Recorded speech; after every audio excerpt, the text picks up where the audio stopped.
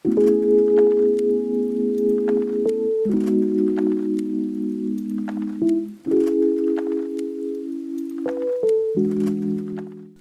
we're going to show you how to use the VLine 2 in a 2016 Acura ILX. Here we have the VLine on the screen, and that's because we're in the iPod source. This is where you'll go for the VLine to come up and for the audio to work through the VLine. If you wanted to listen to another source, you can go into like FM and then press and hold the menu button, and the VLine will come on the screen. And now you'll have FM audio, but you'll have the VLine up top. It doesn't combine any audio, so you'll have to go back to the iPod source here to actually get audio from the VLine.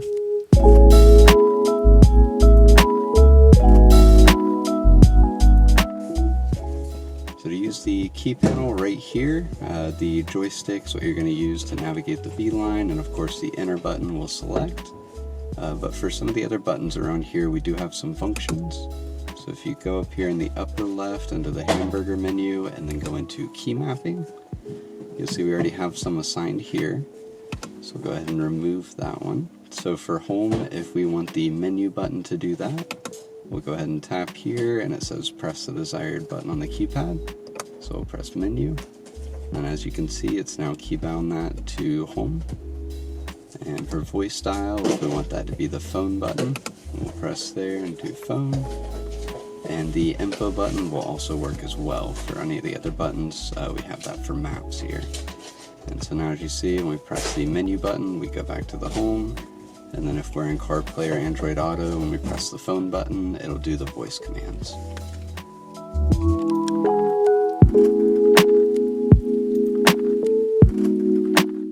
For the joystick right here, normally you'll just be turning it and pressing the enter button, and that's how you'll navigate through the menu. On some menus though, like the settings here, if you want to scroll down, you can actually pull the joystick down and it'll actually do a scroll.